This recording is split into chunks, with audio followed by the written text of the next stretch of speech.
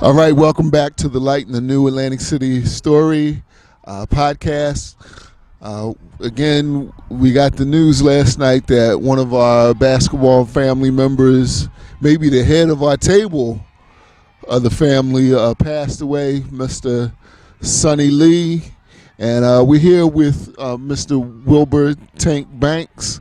And he actually is the man behind the Battle by the Bay. So I'm just going to ask you, as it's the day after, what are your thoughts about the memory and the legacy of Mr. Sonny Lea? Well, first I'd like to say thank you for giving me this opportunity to speak about Mr. Lea. Sonny Lea, you know, was an intricate part and a pillar of our community. And Sonny's been with us with the Battle by the Bay for 25 years. This is our 25th year now. And Sonny was one, and also he was one of our major ticket outlets. Sonny, as you would know, would be there for the last minute before the Pleasantville and Atlantic City game. He would be there selling the ticket. But Sonny was a man that wanted to see the youth prosper in this community. He would do stuff for the youth. He would reach back. I mean, this man was somebody that is just. It's hard to speak for words right now. We're still trying to recover from the news about this. But again, Sonny Lea, there'll be no other. And again, Sonny, we just want to say thank you for all that you've done for us and all that you've been a part of.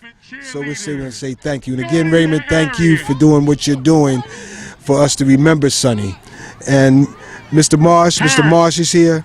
Mr. Marsh, come over here a minute. Go to your area.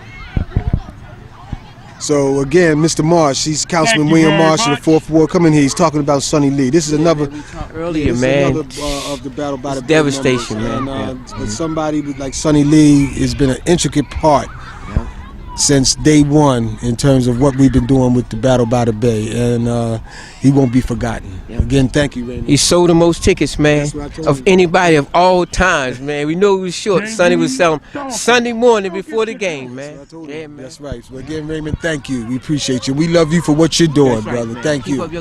Well, I appreciate the role and the way that you pay for young brothers like me. One of the things I want to do with the Atlantic City Story podcast piece is connect with you brothers to find out the real story of what happened with the Oasis, how y'all got it together, and why the hell y'all not still doing this so young cats like me can follow.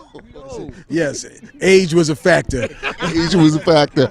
But I'm serious, though. It's a story that needs to be told, because when I was a young man, I definitely saw what y'all was doing, and it made me want to go ahead and own something. Well, you know, from the entertainment piece, you have Marty Small, who has picked that piece up.